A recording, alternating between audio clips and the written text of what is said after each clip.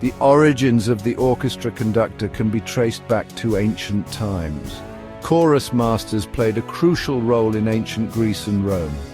These early conductors used hand signals to guide musicians. This practice, known as chironomy, dates back to the 1st century AD. These early conductors were not merely timekeepers, they were also responsible for maintaining the rhythm and tempo of the performance.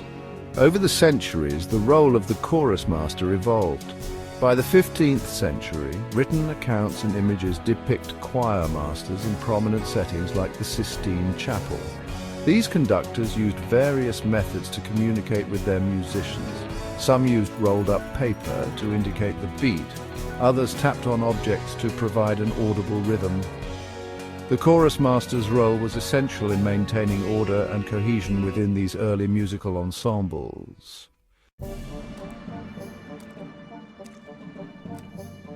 The 18th century witnessed a significant shift in the musical landscape. Secular concerts gained popularity, leading to the rise of larger and more diverse musical ensembles. These larger groups presented new challenges for musical direction. The principal violinist or keyboardist often took on the role of leading the ensemble. These musicians typically were also the composers of the pieces being performed. However, the methods of conducting remained rudimentary. Arm gestures, foot stomping and bow taps were common techniques. This period also saw debate about the ideal position from which to lead. Some, like C.P.E. Bach, argued for leading from the violin. Others, like Johann Quantz, advocated for the keyboard as the conductor's instrument. This debate highlighted the evolving understanding of the conductor's role. The term conductor itself emerged during this era. Initially, it referred to directing keyboardists. The early 19th century marked a turning point in the evolution of the conductor. The London Philharmonic, a leading orchestra of the time, provides a telling example. In 1813, the orchestra employed a divided leadership system. A leader, typically the principal violinist, played while standing. However, their role was limited to leading their own section. Meanwhile, a pianist held the score. This pianist only played when the ensemble faltered or when they deemed it necessary. This division of leadership resulted in a disjointed sound. The orchestra, despite its individual talent, lacked a unified musical vision.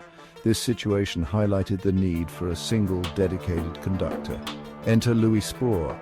A renowned violinist and conductor, Spohr introduced a revolutionary tool to the London Philharmonic in the 1820s, the baton.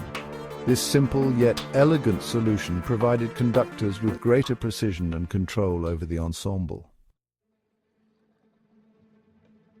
Section 4. The Maestro's Era Shaping Orchestral Sound. The rise of Romanticism in music further solidified the conductor's importance. Composers like Beethoven pushed the boundaries of orchestral music. They demanded greater expressiveness and nuance from musicians. This complexity necessitated a conductor who could do more than simply keep time. Conductors became interpreters of the music. They shaped the performance, bringing the composer's vision to life. Early batons were simple affairs, often made of conical wood.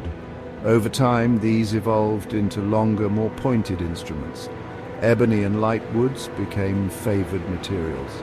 Conductors also transitioned to standing in front of the orchestra. This positioning allowed them to better see and be seen by all musicians.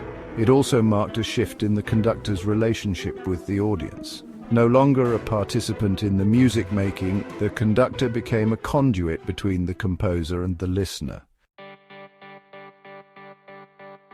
Section 5. A place on the podium, women conductors emerge. The late 19th century saw the rise of the maestro. Conductors like Hans Richter and Felix Mottl achieved great renown for their interpretations. These conductors became associated with specific orchestras and cities. The recording industry amplified the conductor's fame. Figures like Herbert von Karajan and Carlo Maria Giulini became household names. However, the world of conducting remained largely closed to women. Early female conductors are rare. Chiquinha Gonzaga, a Brazilian composer born in 1847, is a notable example. The 20th century saw a slow but steady increase in women conductors. Ethel Smith and Nadia Boulanger helped pave the way. Recent decades have witnessed a heartening trend. Marin Alsop, Joanne Folletta, and many other talented women have achieved recognition and acclaim as conductors. The conductor's role, an enduring debate. The question of whether orchestras need conductors has been long debated. The conductorless Persymphons Orchestra, formed in Soviet Russia in 1922, challenged this notion. They relied on internal communication and shared responsibility. Chamber orchestras often perform without conductors, yet a conductor's impact on music interpretation is undeniable. They shape the sound, influencing tempo, dynamics, and phrasing. Their ability to inspire and motivate musicians is crucial.